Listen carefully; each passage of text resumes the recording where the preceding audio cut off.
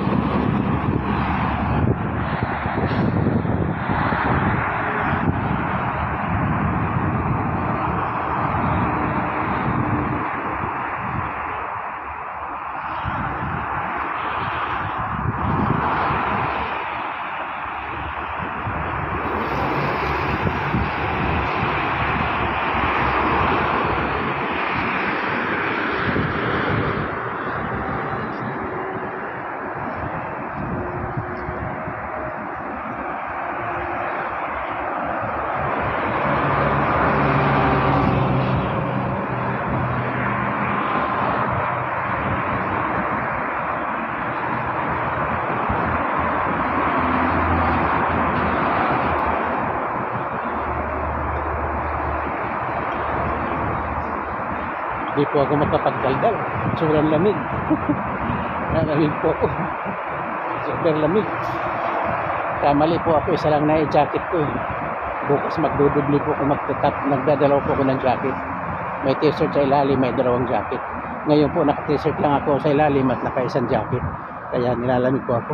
Hindi po ako makapagdaldal.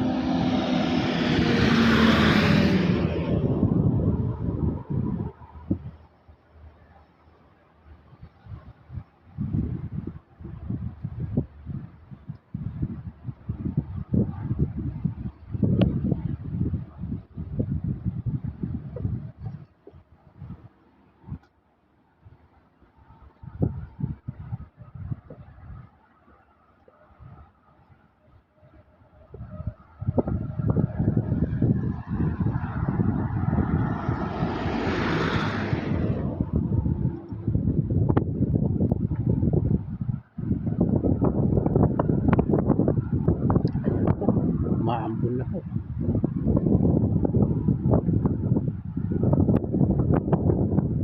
Bilisan natin lumakad kasi magkaabutan po tayo ng ulan.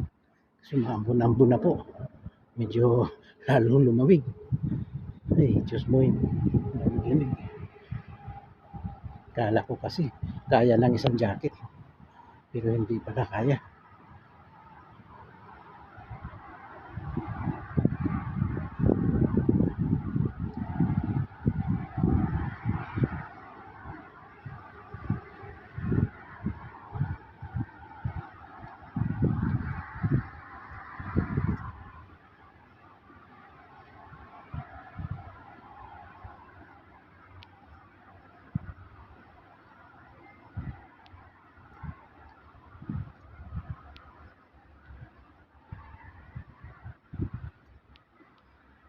Ayan po. Bilisan po natin maglakad. Medyo malayo-layo pa po yung trabaho natin.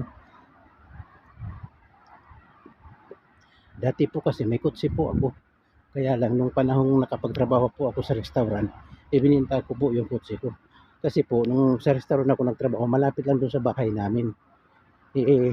Nung dalawang taon na ako sa restaurant, sabi ko yung kotse ko tawa lang ng tawa doon sa garahe. Nagbabayad pa ako ng garahe. Kaya sabi ko hindi ko nagagamit yung kotse ko kasi walking distance lang mula sa trabaho ko hanggang sa bahay namin. O mula sa bahay hanggang trabaho. Walking distance lang po, malapit lang. Kaya yung kotse ko nakaparada lang po doon sa garahe. Kaya ginawa ko nung nakadalawang taon na ako sa restaurant, bininta ko. Akala ko kasi magtatagal ako sa restaurant. Bigla na karoon ng crisis dito sa Spain. Nawala ng mga kliyente ang restaurant. Nagbawas po ng tao. Dahil sa ako ang huling pumasok sa restaurant, ako ang unang ibinawas. Kasi kapag una nilang binawas yung matatagal na doon, malaki babayaran nila. Kaya binawas nila yung mga huli. Dalawa po kaming nabawas kasi nga dalawa kaming huli. Kaya konti lang binayaran nila sa amin. Kung yung tatanggalin nila, yung mga una, malaki ang babayaran nila. Kaya nagdesisyon ng may-ari ng restaurant na yung mga huli ang tatanggalin para konti lang mabayaran. Nung parang magka-crisis po dito sa Espanya. Ang taon na yun, mga 2012, mga ganun, 2012. Pero matagal po yun, mga 2012 hanggang 2015, ganun po ang krisis. Hirap na hirap po ang Espanya, wala daw pera. At ang mga negosyo talagang marami nagsara. Bagong-bagong nakaka-recover lang po ngayon. Pero yun nga po, nung maalis ako sa restaurant, nagbalik ako dun sa dati kong trabaho.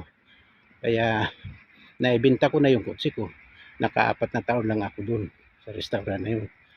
Kaya nung maibenta ko yung kotse ko, wala na akong kotse. Nung maka-recover po ang Espanya, nagmahalan na ang mga bilihin. Hindi na ako nakabili ng kotse.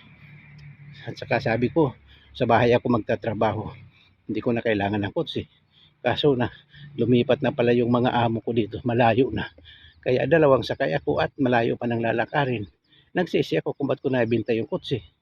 Pero bueno, nandun na yun, naibenta na. Wala na ako magawa. Kaya tiyaga tayo ngayon maglakad. At malapit na naman na po tayo mag-retired. Pag nag-retired po tayo, hindi na natin kailangan ng kotse. Kasi po pag nag-retired po tayo, uwi na tayo sa Pinas. Doon kailangan natin ng kotse sa Pinas. Pero may kotse naman po kami doon. Iniwan ko doon sa anak ko. Yung kotse po namin. Iniwan namin doon sa anak namin. Siya po ang nag-aalaga. Kaya okay lang po. Kahit wala akong kotse dito, pag nandun ako sa Pinas, may kotse na po ako. Uy, ang ganda nila. Pero boy, hirap dalhin. Sumil po. Ang ibig sabihin ng sumil yung patungan ng kama. Kaya yun.